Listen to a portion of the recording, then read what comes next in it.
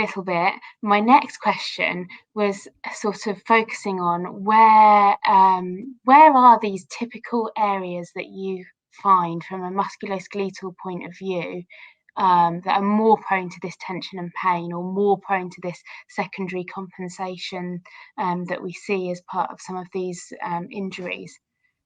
Yeah, it's interesting that I'd say over the last 10 years, there's been more of a focus on like shoulder injuries and carpal injuries, wrist injuries, and dogs especially. And I think back and I'm like, huh, why all of a sudden are we paying attention to this? And I do think a lot of it leans on that compensation that's been happening over time.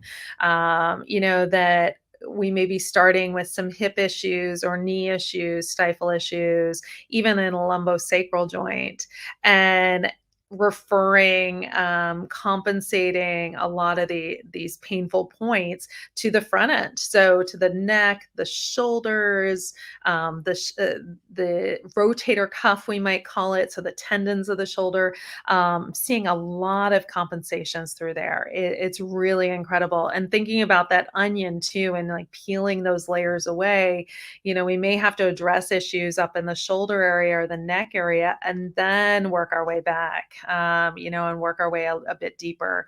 A real sensitive area is kind of in that lumbosacral area, the iliopsoas or the hip flexor muscles, the groin or the adductor muscles of the hip. Those all tend to hold quite a bit of tension too. And, it all kind of works its way back to the spine, to the central part of the Mm, body, I feel.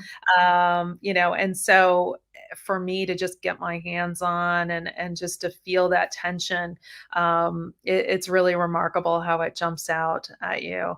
But yeah, I pay really close attention to those shoulders because I feel like there's a lot of compensation there. And some people may be aware, but dogs especially, and cats even more so, actually have really, really mobile shoulders. So that shoulder blade on the rib cage, it just kind of moves, or it should.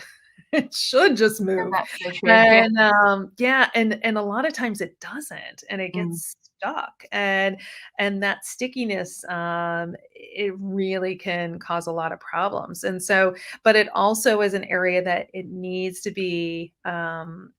tolerate a lot of stresses. It needs to be very responsive to movements that we're asking our pet to do. So when they're even, jumping or coming up and down stairs, can they tolerate those forces, not just through the joint, but also through the soft tissue, through the musculoskeletal tissues they're supporting those joints there.